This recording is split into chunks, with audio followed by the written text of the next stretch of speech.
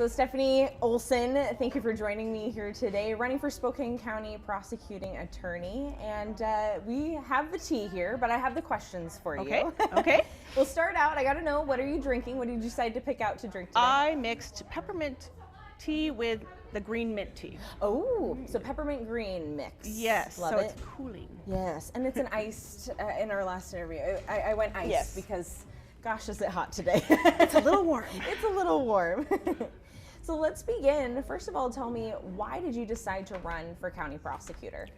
I grew up in this community. I was born and raised in Spokane. I grew up on a farm actually just outside of Cheney. And I have always been a strong supporter of our community, of our county. I have, it's in my heart. And I've worked in numerous legal careers, and I have gotten to the point where it is just time. And I'm really alarmed at the rising crime rates that are plaguing our city right now, in our county, and it needs to have a change. There needs to be a change in what's going on. Yeah.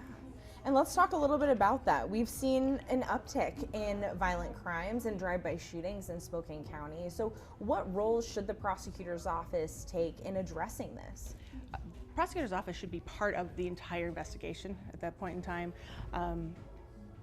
They need to be part of a task force so that we're addressing the actual crimes that are going on, and we know what the evidence is, and we know where it's when it happens, what's going on with it. We should take a strong role in this. The only way we're going to be able to get a hold of our rising crime rates is that we are all part of it. Our entire community gets involved, and we stop it. Do you think the current office is taking a strong enough role in addressing the violent crimes? I don't. I think the current office is trying to catch up with where they've been. It's just not happening. There's a lack of trust that office has at this point in time. The community doesn't trust, so therefore you also have victims that don't trust, and you have witnesses that don't trust, and you have offenders, and so people don't come forward with as much information because they don't trust what the office is at this point in time. And kind of to spin off of that, I guess, so many of the violent crimes that we have seen in this rise of crime in Spokane County, we're seeing a lot of repeat offenders. So how do you think we should be dealing with those repeat offenders?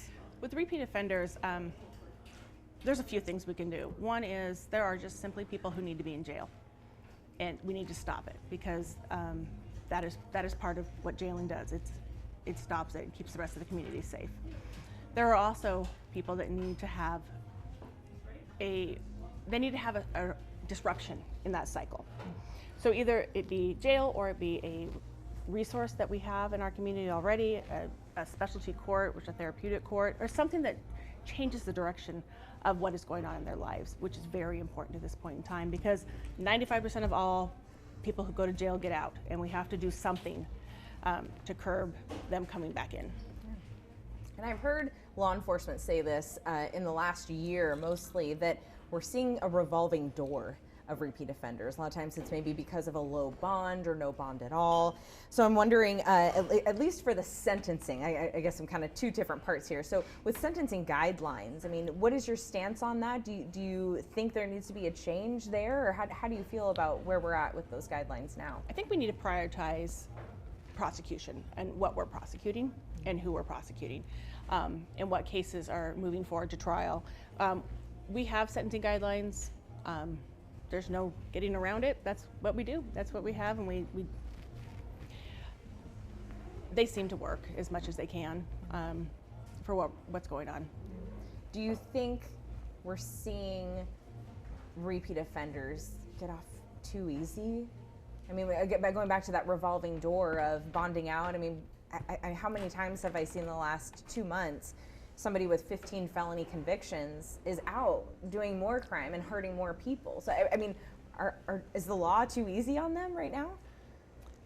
Right now, the whole movement towards no bonds or no cash bonds is making it much easier on offenders to get out. It really is. We need to be able to argue why. There are 3 reasons why you can keep someone in jail, and the prosecutor's office needs to be better trained on it and have better knowledge of the cases and what's going on, and so they can clearly argue why this individual should stay in jail and not get out. And you know, there's other programs. There's the pretrial release program, the supervision program that, you know, if people are getting out, that's what they should be in. They should be monitored while they're out, and we should be able to know where they're at and what they're doing, which will also help keep our community safer.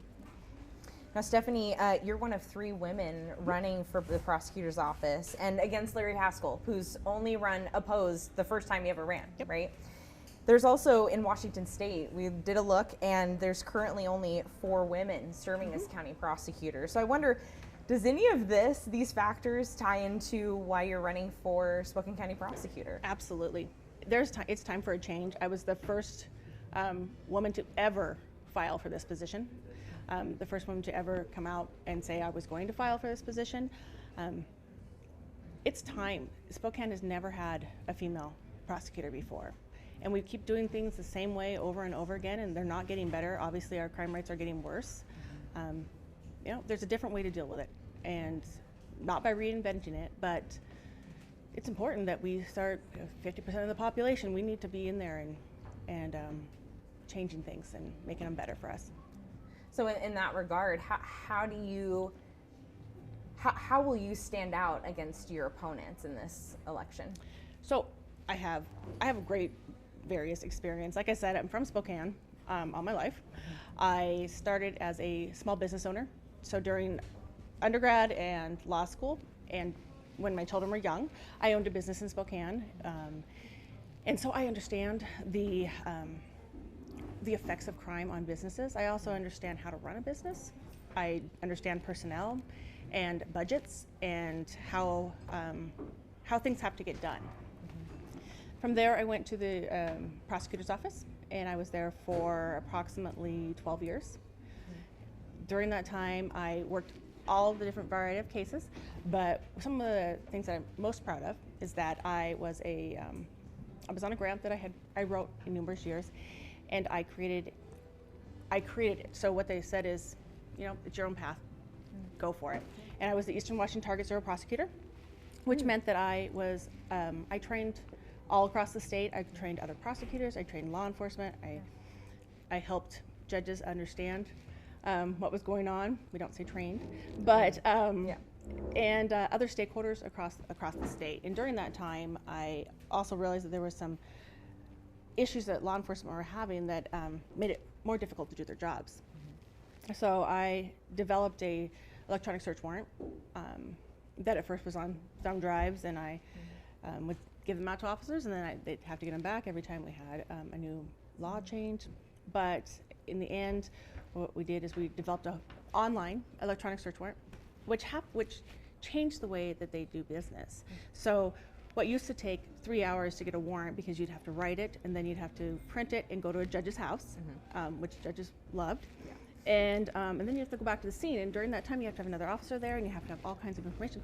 Now they can do it in 20 minutes. This has been a project I actually won a statewide award for, and it has continued. I trained all, at the time, the officers that were here, I trained all the city officers, including the detectives, because we expanded that warrant. I trained all of the Spokane County officers, and I trained all the state patrol that were in this area on how to do it. So still making a difference. You know, I saw a problem and I fixed it. So it sounds like the way you would stand out is not only your experience so far, but solutions that you've presented in your role. Absolutely. I also, during that time, I was also a liaison with the Fusion Center, which is a center in Seattle that brings together all the different agencies, the FBI, and I was a liaison with them. So there was a lot of information I was learning at the time and stuff I was doing. And then I did choose to leave, and I went to the Attorney General's office, where I've been for 3.5 years. And during this time, I've worked now, done civil law. I represented Eastern State Hospital for a while, as well as the child welfare. And what I do now at that office is basically we fight for abused and neglected children every single day. We carry a lot of cases and we see a lot of really awful things, but every day I'm doing something that makes a difference, I hope, in someone's life, and that's what's important to me. I also was chosen by the judges to be a pro tem, so I'm a judge pro tem as well, so I sit on the bench as well. Kind of help me get perspective going from working at the Attorney General's office and then potentially moving into the county prosecutor position. Is that a hard pivot? I mean, how does that differ for you? I mean, or is it kind of I've made the ticks to prepare myself for this role? That was part of why I left. I wanted to understand and have a better knowledge of what goes on the state level. Right. And if you're in the same office for all of your career, you never see what's going on outside of it, and you never see a different way of doing things. And politics aside, the Attorney General's office is, their morale, their HR, they're a fantastic place to work, and they have taught me a great deal about what it means to be appreciated, and how an office really should function. And how would you apply that? Oh, absolutely. To the prosecutor's office? That's exactly what I will do. Absolutely. So I'd like to move on to another question here. So in 2017, I think you touched on this, but I'd like to kind of dial down. So in 2017, the former Spokane County Public Defender's Office claimed the prosecutor's office had filed felony charges at a higher rate than all other counties in Washington state. So I'm wondering, is the prosecutor's office filing the appropriate number of felony charges, or what is your stance on that? I think that's a hard one to answer. You have to know all the facts of every case, and which victim do we choose not to file a case for? Which person doesn't get justice on the other side of these cases? There's a lot of reasons why cases don't get filed, or they do get filed, but we're a different part of the state, to be honest with you, and we should be filing ones that we can prove, of course, and not upcharging people or anything else. But, which victim, which crime do we ignore? So it's a difficult place. Let's see. So moving on to some tougher questions here. Okay. This past year, there were other outlets that reported on the current county prosecutor's wife's racist comments. And I wanted to get your take on that. That's obviously going to play a factor in this year's election. Voters, if they haven't heard about it, it's coming back up. So do you believe Larry Haskell's wife's racist comments have compromised the prosecutor's office? I do.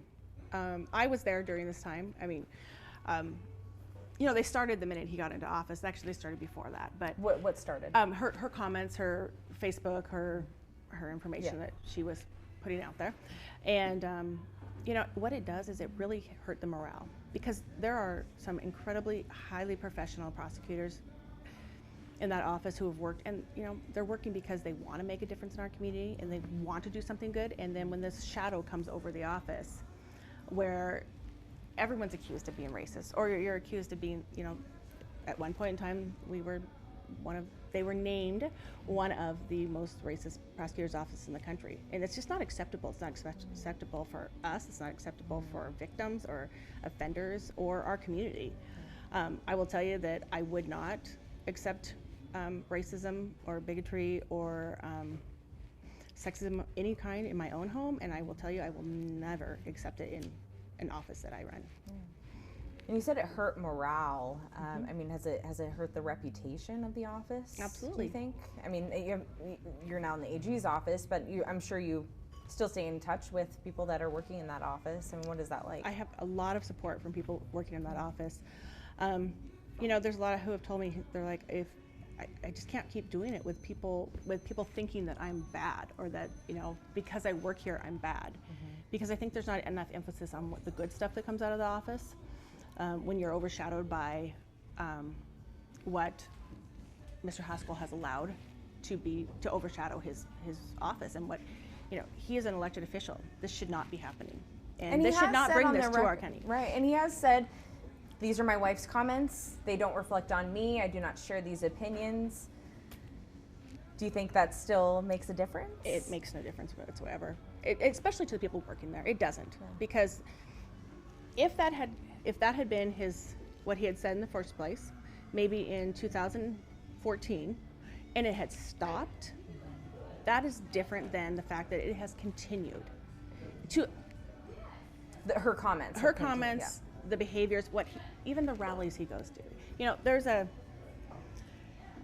if that had actually stopped, maybe people would feel differently about it.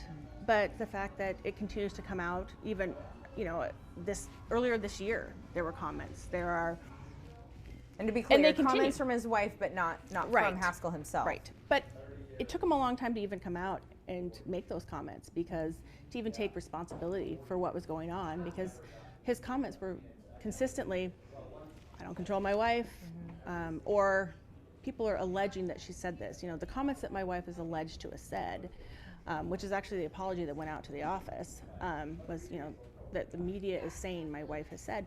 She said it. It was clear. And he eventually, when I put in to run against him, or when I said I was going to run against him, he did his first press conference saying, you know, this isn't okay. But he's been in there 8 years, and it's been happening the entire time. So has this been another factor that led you to want to run for office? Absolutely. Once again, it's my community. It's our community. The focus on our community shouldn't be that it's a racist prosecutor's office. That should change. And how we deal with the communities and how we collaborate and learn from other communities should be part of it. But at this point in time, it's very hard to even have the people want to communicate, because they don't believe they're going to get a fair shake, or anybody's going to listen to them. And that's, you know, as a public servant, that should be the most important thing. I do want to move on to gun rights. What is your stance on gun rights? You know what? I grew up on a farm. I have my own gun, and I believe that we should have responsible gun owners. If you are irresponsible, you should not have your guns. There are laws for a reason. But I support responsible gun ownership. Support Second Amendment? Absolutely. Yeah. So then, kind of talk to me about, I guess, we've been talking with our sheriff's candidates about the recent Washington laws that have changed, and we talked about the ghost thumping upstairs. Yeah, somebody got hurt. So Washington State has passed a ban on 10-round capacity magazines, ghost guns, that sort of thing. I mean, what would you want to say to voters who are gun owners versus those who would like to see more regulations on gun ownership? Well, it's not the gun. It's the irresponsible person behind the gun that's the problem. And so we really should be focusing on gun crimes, and the people who should not be owning guns or should not have guns in their possession, they need to be prosecuted fully, and that's something we need to do. But responsible gun owners, people who are protecting themselves, I would say that that's a good thing. Thank you. Let's see. Did we already talk about sentencing guidelines? I think we did. Yes. We did. Okay. I thought I checked that off. All right. What, in your opinion, do you think the court system needs to be doing better? One of the things, there's a lot of things, but it's a very slow process, and we move cases through very slowly, and that a slow justice is necessarily not a good justice or the right justice. It's not, I don't want to blame it on one entity. That's the thing. It's not one entity, and the courts aren't going to fix it all. The prosecutor's office isn't going to fix it all.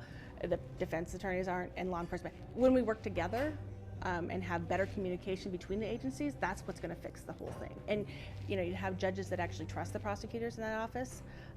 There has been a lack of communication. There's been a lack of Mr. Haskell even being at meetings to be able to listen to what's going on or to make those decisions. Quite often, he would send people who couldn't make a decision to those meetings, because that makes it easier to just not be a part of it. And that won't happen with me as prosecutor. We need to communicate, and you know, as much as people think that defense attorneys and prosecutors should be enemies, we're not, and we really need to be able to talk to each other and trust what is going on in our agencies. And I guess to dive a little bit more, we talked about the violent crimes, but what is your take on the increase in crime that we're seeing? Well, that's one of the reasons I'm running. It's terribly alarming that we are getting used to, it's become commonplace that there's a murder every day in Spokane, and we hear about it, and there's a shooting nearly every day in Spokane, and it doesn't even seem to get the same fanfare as it used to. Like, people used to be really disturbed, and now we're like, well, it's happening, and that shouldn't be how we're living our lives. We shouldn't be afraid to leave our houses or to have to send our kids to school. We just shouldn't. And what can the prosecutor's office really do about it? I mean, not necessarily a judge, but in that sense, I mean, what can be done? Where can you take a strong stance against the increase of crime? So one of the areas is, first of all, we need to reach out to our communities, because it doesn't start with law enforcement, and it doesn't start in the prosecutor's office. It really has to start in our communities at home, and in our schools. And we need to be reaching out. We need to have prosecutors who are able to step outside of the prosecutor's office and go out to communities and understand what's going on with them. And really, an important factor would be to know the influence in those communities. We were at a forum last night, and I talked about Pastor Benjamin. He at the Emmanuel Family Center. Mm-hmm. He would have far more influence over the youth of that community than putting them in jail. So if we were working with our community and we knew who the members were, I mean, it's not always going to work that way, but there are areas where we can solve in different methods than what we've been doing for hundreds of years. That would, I believe, would help us out. So Stephanie, you kind of touched on this as well, but from in your opinion, is it currently a healthy work environment in the prosecutor's office? And based on that, what changes do you think need to happen? From when I was there, as well as from what I know from the people who still work there, the environment is fairly toxic. It's very militant, where Mr. Haskell has surrounded himself with his what I call yes men, who if you disagree with Mr. Haskell, you are sent to a different area. Do you think that's still the case? I do. Yeah, I do. And open communication is not there. Appreciation for what's going on. There have been, what needs to happen is that there needs to be appreciation for every job someone is doing in that prosecutor's office, because every job needs to be done. Mm-hmm. And we need to put people where they thrive and what they're good at, instead of punishing someone and putting them in a drug court. Well, that person, you've got to have someone who really wants to be in drug court. It shouldn't be a punishment position. We need to work with people's talents and encourage talents. Quite often what you'll hear is, I just keep my head down. Well, if you're keeping your head down, it's hard to prosper. It's hard to do more. It's hard to think of different things and be innovative, because when you're just afraid of staying out of his view, or to, just keeping yourself safe that you have a job, because these people, they rely on this and they need a job, and they relied on him, and it's not working. I do want to ask a few viewer questions. We kind of put a call out to viewers to find out what they'd like to know about their candidates. So if you're elected, how will you hold police accountable for use of deadly force? I've covered several, press conferences where the current prosecutor has really not filed charges against officers. So just wondering what your take is on that. Okay, so I understand. I mean, there are facts on both sides, and those clearly need to be out there. It needs to be transparent about why these decisions are made not to or to file. And just because he hasn't filed them doesn't mean that he's ignoring, in his defense, it doesn't mean that he's ignoring something that was bad. It means that there was evidence and facts that didn't show that this officer should have charges filed against him.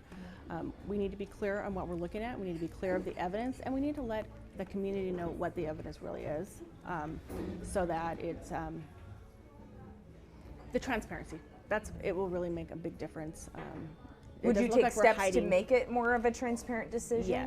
Yes. Are there steps to be taken? There are body cameras. There's information that needs to get out, and I do believe that we should be speaking with press more, and having that trust with the media, where we answer the phone, and we're willing to talk, and we're willing to give information that we can, because of course we're limited by the rules, but our communities need to have that transparency and to know what's going on. Another question that came through here, do you think there are disparities in prosecuting people of color in Spokane County, and what would you do to address this? Well, there's lots of research that shows that there are disparities in Spokane. I believe some of it is that we need to open up, like I said, we need to get involved with our communities. We need to fully open up our courts and our therapeutic courts, because there are crimes that have not allowed people in that could be could be affected by someone's position in society or the color of their skin, and we need to be more open to allowing different crimes into, like, our drug court or our domestic violence court or our mental health courts. And I think there's a better way to prosecute some of these crimes than what we're doing right now. And I guess you'd address it, but are there ways that it can be improved? I don't know if you'd like to dive a little more deeper on that. This is something that I need to be in there doing it and understanding it, because there's a lot of statistics that get thrown around, and a lot of solutions that may or may not actually be adequate, and that's where that's where other agencies would become involved, and we have those discussions. So what do you, as a candidate, what would you want to do about the increase, or how, let me see if I can interpret this viewer question here. What would you intend to do about the increase in crime due to the legalization of personal use of drug possession, as well as change in legislation regarding juvenile sentencing terms and strike offenses? So let's start with the drug possession. Yes, we'll start with that one. So what would you do to address that change with drug possession laws? So it's not legalized, it's just not being able to be prosecuted at this time. And that was the State v. Blake case that came out of the current prosecutor's office. And that goes back to priorities and how, if you're doing quantity over quality, that's just when these cases come up. They've affected, and they've cost the state millions and millions of dollars. And they've, led to release of some people that probably shouldn't have been released. But the work I do right now, and it sounds like I'm getting around this, but the work I do right now, 95% of it with the abused and neglected children has to do with drugs and alcohol. And I see the importance that we need to have these laws back. We need to have legislators, up there. We need to be working with them to show the importance of what's going on, because all these treatment programs are great, and drug court is great, except for if you're not able to even pull people in to drug court or to make a change in their lives, it does us no good. If I just shorten it down, what I'm saying is we need the laws back. We need to have them there so that law enforcement has the tools that they need to have to start making a difference. I think that wraps it up. I think the takeaway for voters to get from you, I mean, what is going to be your focus if you're elected as prosecutor? What can they expect from you as an elected official?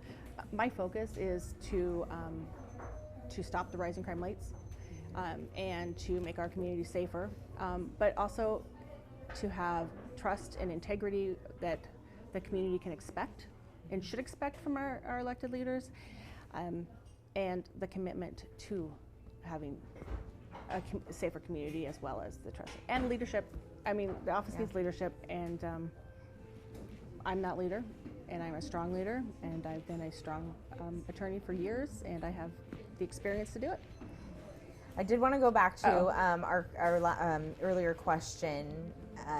You said it's time to shake things up in Spokane County. It's time that we elect a female prosecutor. Do you think Spokane County is ready? Absolutely. Yeah. Yep. How can there not be? It's time. They're ready for a change. They're ready for something. I mean, they're ready for a woman. They're ready for me to make a difference. Yes, they're ready. Well, thank you so much, Stephanie, for sharing the tea with me, spilling the tea, if you will. Fantastic. Thank you. Well, good luck to you on your campaign, and we'll be watching you in the primary. Thank you so much. Thank I you. appreciate it.